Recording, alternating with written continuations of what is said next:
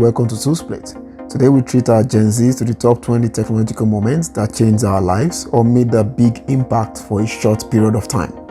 Of course, there are many times we'll never forget from the year 2000, but we'll stick to tech for this one, so the video is no longer than it already is. Most of these events happened between 2007 and 2008, which was just as we picked up the pieces from the great financial crash. Our story through the archives was not easy, so we split the episode into two parts. Events before the year 2000 will not be included, but if you would like to see events from previous decades, just hit the notifications bell and like button to encourage us. With that, let's get into it.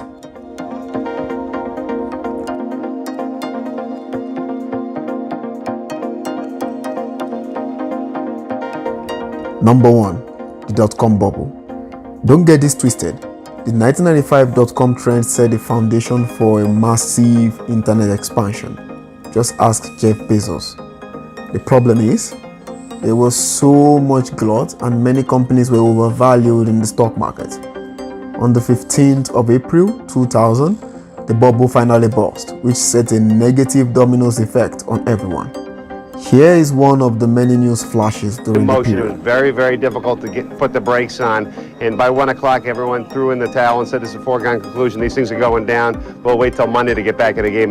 But that game could be a rough one when our markets open on Monday morning. The expectation is that Australian stocks will be hit too. The few days that we have in the market next week will certainly be volatile.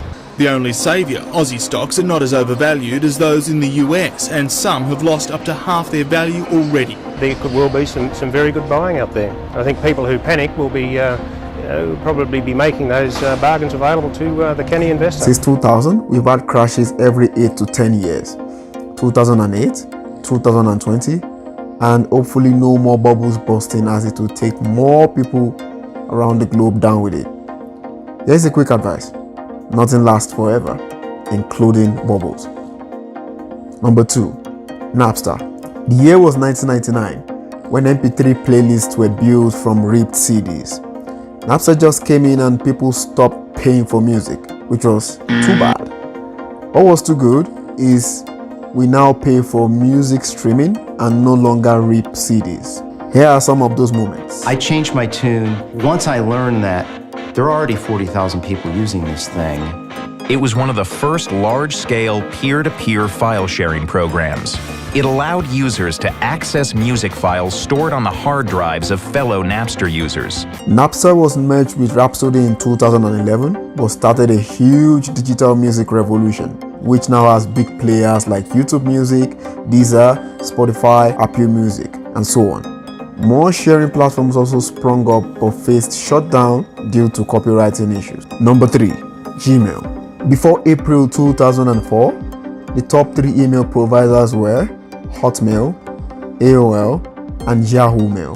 And out of a 20% time Google initiative, Paul Buchheit pushed to get the Gmail project approved, not because it was crazy, but users needed an email provider with JavaScript, search, 1 GB of storage, and the Google ecosystem single sign-on.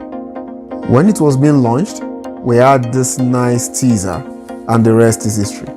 Gmail is now used by half of all 4 billion email users in the world, with 300 billion emails sent and received every 24 hours. Most of the email pioneers have disappeared due to the security issues and classic error of not innovating enough. To learn more about the power of Gmail, watch our recent episode on the top online business apps linked at the top right of this video and in the description. Number 4, Mark Zuckerberg. We assume you've watched The Social Network, and if you're wrong, please do so once you finish this video and subscribe to our channel. What you probably didn't know was that before Facebook predecessors MySpace and Friendster, there was 6 Degrees, a short-lived social media network founded in 1997 that invented the now popular social circle functional model.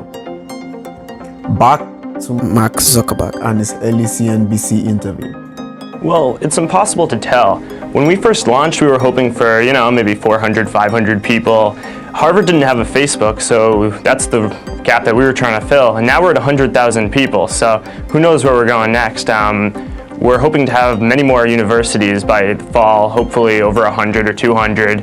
And from there, we're going to launch it. We all know about the Facebook empire today, but here's a little fact. Facebook is used by 2.8 billion people worldwide.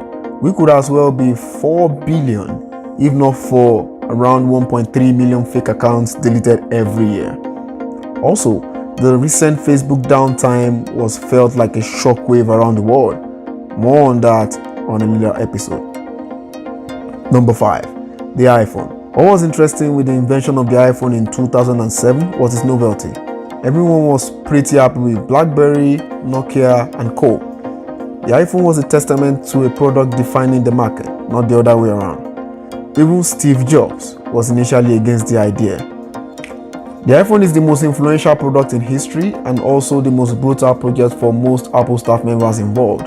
Just to clear things up, Fingerworks and its CEO started the great capacity multi-touch concept, which was smartly bought and patented by Apple in 2005. This was one of the biggest tech moments of all time. Yes, you heard me right. An iPod, a phone,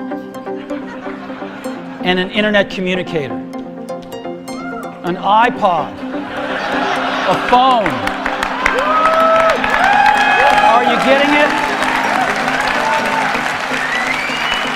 These are not 3 separate devices. This is one device. And we are calling it iPhone.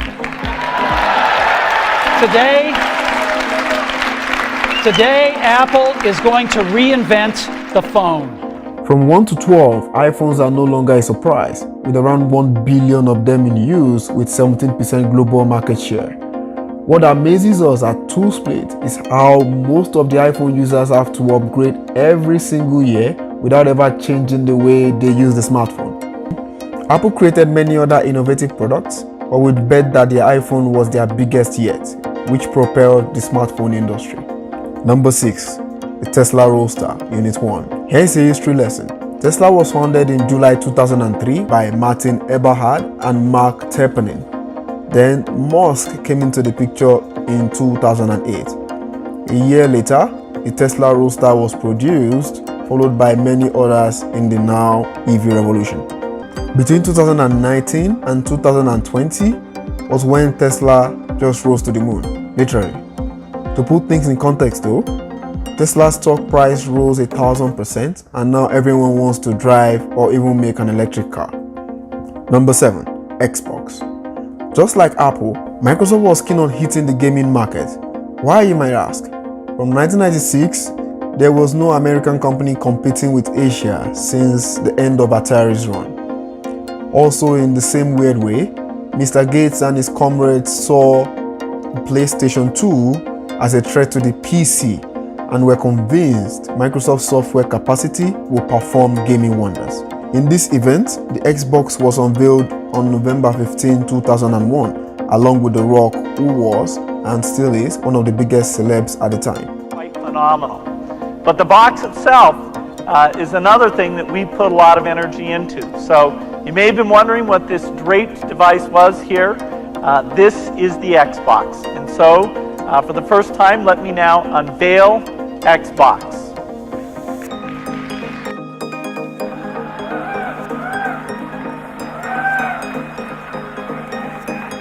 Xbox is now used by over 100 million users and has been a long-running competitor to Sony's PlayStation operating system. Also, did you know it was one of the products that inspired us to start ToolSplit? Number 8. Privacy.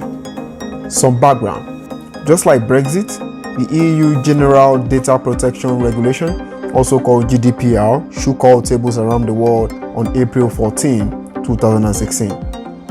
As a marketer during the time, I remembered the effective date like a countdown timer in my brain. It was also a law on data protection, privacy, and transfer of personal data targeted at the internet. As you would know, this law just made our tech gods look bad. Here's an old clip of Mark, if you've not seen it already. You think you have a moral responsibility to run a platform that protects our democracy? Yes or no? Congresswoman, yes. Have users of Facebook who were caught up in the Cambridge Analytica debacle been notified? Yes, we are starting to notify people this week. We started Monday, I believe. Will Facebook offer to all of its users a blanket opt-in to share their privacy data with any third-party users? Congresswoman, yes, that's how our platform works. You have to opt in to sign into any app before you use it. Today, let's just say everyone is watching their backs. If your tech product takes privacy seriously, then your sales are maybe taken seriously. There's a race to give more and more power to the people, enough power that won't tilt the balance of power itself. You follow? We expect more tech tables to be shaken even after the recent 60 Minutes Facebook revelation. Number 9, WhatsApp. The story of WhatsApp goes like this. WhatsApp was founded on February 24, 2009 by Brian Acton and Jan Koum, former employees of Yahoo. The start of WhatsApp was a classic fairy tale of founders overcoming trials and tribulations, as Koum was lifted by his partner Acton when he was almost giving up on the project. At some point in 2007, Facebook declined to hire Acton and Koum for a job. We featured this CNN clip on the day of the insane WhatsApp acquisition. For $19 billion in cash and stock. And if you're not familiar with the app, well, let me show it to you. This is what it looks like right here. It's pretty straightforward. It runs on Android, it runs on iOS, BlackBerry, and other smartphone platforms, and allows people to exchange messages. Now, how many users does WhatsApp have? Well, it's not so simple. One thing to bear in mind about chat apps is that the number of users alone can be misleading because you can download multiple apps to your phone, meaning that one person can be both a WhatsApp user and a WeChat user. In our opinion, this is one of the most mutually profitable corporate acquisitions in history. WhatsApp founders became overnight billionaires. Mr. Koum was eternally grateful to Acton. Mr. Zuckerberg expanded an empire which makes Genghis Khan jealous. Everyone is happy. Also, WhatsApp has literally replaced traditional text messaging with over 2 billion active users as of this video, making it a primary means of internet communication in many parts of the globe. Number 10, fidget spinners. Oh, fidget spinners. I had one back in the day and still have another one today. The first patent for the toy was made in 1993, but expired and was taken up by Scott McCosry in 2005. It was called the Talk Bar back then, even if it could be fetched for $200. Also, just to clear the air, there is no scientific evidence that they are effective as a treatment for ADHD, although it was a good stress suppressor at the time. In this news flash, we see how they went viral for no reason. Circled ones can be held in your hand. Just like to spin it, mostly it looks really cool. And doesn't really require much instruction. They're called fidget spinners, and they're a massive hit with the under 12 crowd. Almost everybody has one. It's like everyone has one. I don't even know what it is. Parents might want to look online. This site shows how to do tricks with your fingers. It's a simple propeller-like low-friction metal spinner. But where did they come from? So it's meant at first was for people with ADHD. It's something for them to fidget with and keep them kind of like distracted. Although it felt overwhelming, we'd estimate that over 40 million spinners were sold in 2017 alone, accounting for 20% of daily toy sales at their peak.